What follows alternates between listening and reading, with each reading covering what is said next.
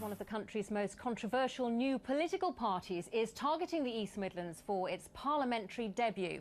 Justice for Men and Boys believes the state has become obsessed with feminism and that the male half of society is losing out. It's putting up candidates in some of our most marginal constituencies, and in a moment we'll be hearing from its leader. But first, we asked the people of Ashfield, one of the party's target seats, if they think that men are getting a raw deal. I think everybody's equal. Everybody's got it the same. Everything's difficult nowadays to get a job, or everything's a struggle. Yeah, it's laughable. Yeah. Sorry, but it is. It's just absolute rubbish, the fact that they think men gets better than women. Because to be honest with you, we're all equal. I think we're miles beyond that. I mean, we don't, it's ridiculous. I don't agree with that at all, the new party. And how well do you think it would be received here locally? I don't think it'll go down very well. Not really. Not with women anyway. I think somebody from the area would be better than somebody from the outside, you know, that knows everything. I mean, we've got roadworks and stuff going off here and we don't even know what's going off. We don't even know what they're actually doing. When it comes to like children, and then the women always seems to get the children and the men don't, and things like that. Rubbish. Absolute rubbish. Yeah? Absolute, yes.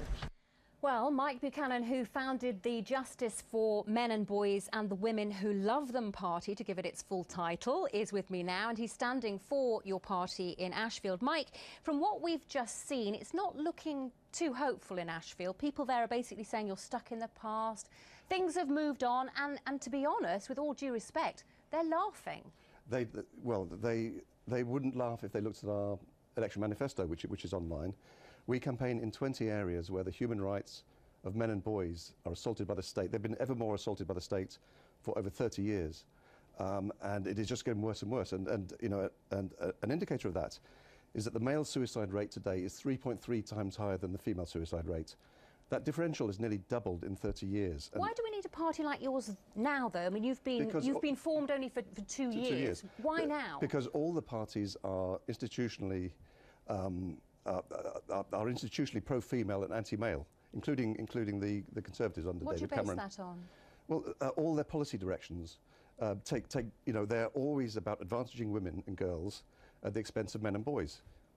Always. We have 20 areas, things like homelessness. Domestic violence is a good example.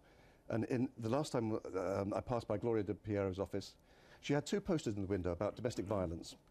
One was a helpline for victims of domestic violence, and it had a phone number which was, the organisation only helped female victims, and the other one was to do with male perpetrators. Now, 350 odd studies tell us that that women are at least as physically aggressive towards their male partners. And two women a week are killed by their male partners. That's another statistic to give you. It's not. It was 75 a year or two back, the latest statistic. So it's declined by 25%. Maggie, what do you make to Mike's views here? I feel it's like going back in time. I mean, everybody's worked hard to get equality for men and women, and equality is important. And for example, in just this coming April, there will be combined parental leave rights, so men will have the right to spend more time with their children from an employment point of view. There's lots of really good things happening. And I just find it really bizarre that you feel the need to have a party like this. You talk about domestic violence. It's already recognised that men can suffer domestic violence as well as women and children. That's the point I'm making. But there's no support for them. But there is support for them. There's virtually none. No, I'm sorry, but again, if you're going back to our manifesto, at the last count there were 17 refuge places for battered men in this country, and 4,500 for women.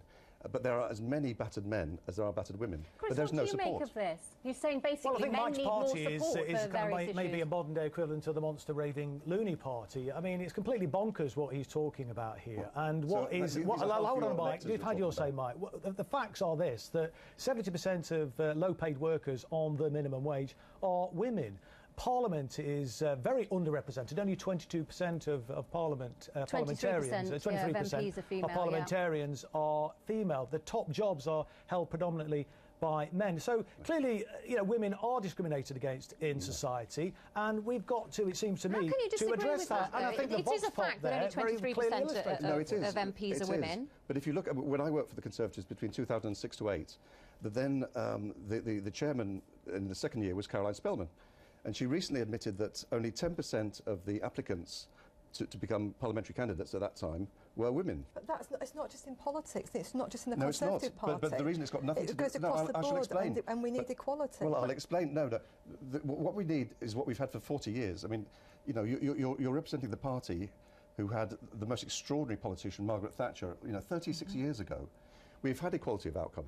The reason... No, but hold on, but Margaret Thatcher... I mean, look, Margaret Thatcher might have been a woman, but she put back the cause of women many years. The fact of the matter is that as a consequence of the policies that were pursued by I don't think Margaret either of you are going to agree on that, but I want to know, Mike, I want to know why it is you're standing in Ashfield. Explain to me why you're standing in Ashfield. Why have you picked that seat? Well, it's no coincidence that seat is held by Gloria De Piero, who you mentioned before. Yes.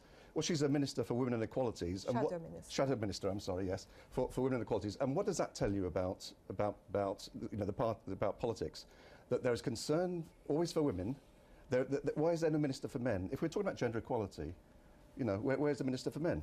And as I say, we have 20 areas. Domestic violence, as I say, no support from the state for men. Is it true that you're also thinking of putting someone up in Nicky Morgan's seat in Loughborough? She is the Women's Minister. Yes. It's a bit of a theme emerging here. Well, it is. Are you against women? No. We're an anti-feminist party, which is something completely different. Because you don't have to be a feminist to want equality. And of course not.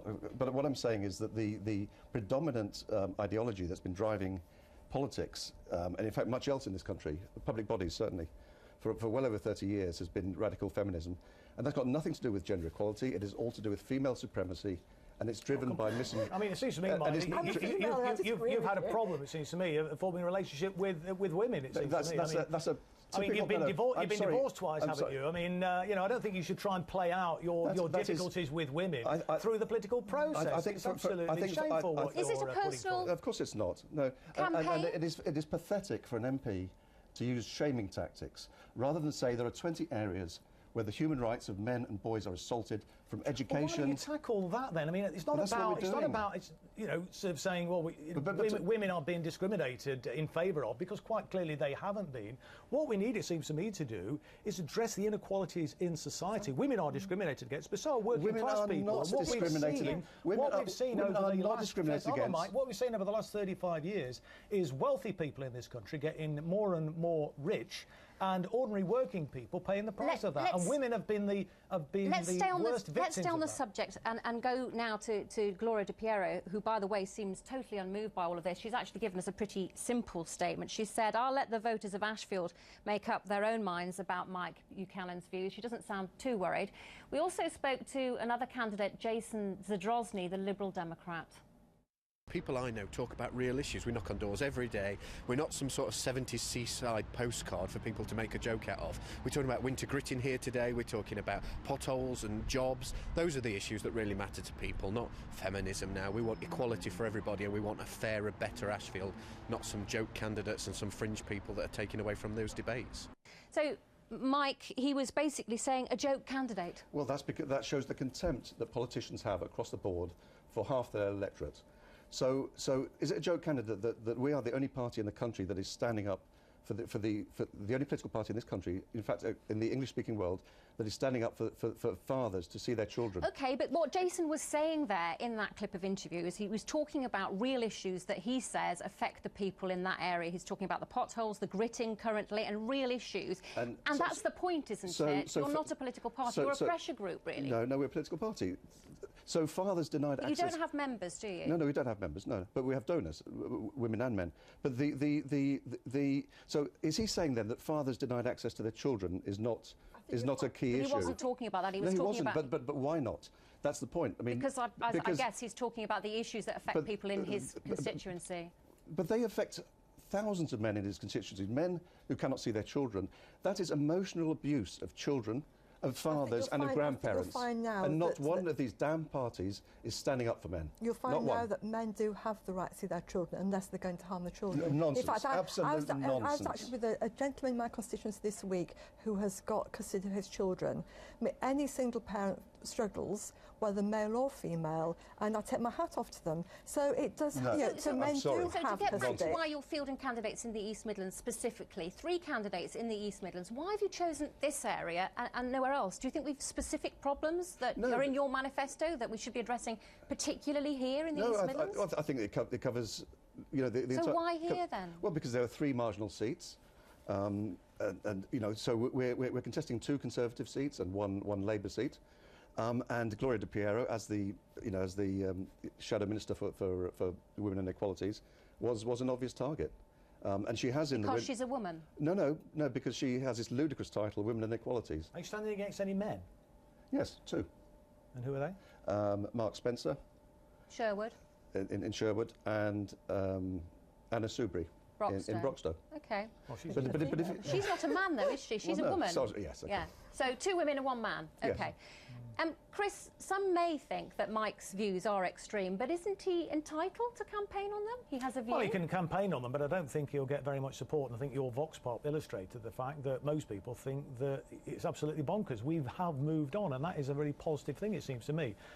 But what we must also remember, of course, is that there is still a lot of discrimination in our society. As I've already pointed out, women are disproportionately represented in low-paid occupations, and we've got to actually address that. I mean, it makes us a stronger and better society, it seems to me, if we value all members of society and don't marginalise a group of society which is, after all, Chris, the biggest proportion. There's more women in this country than there are men. Okay. So. Mike Buchanan, thanks very much indeed for coming up from Bedfordshire to talk to us.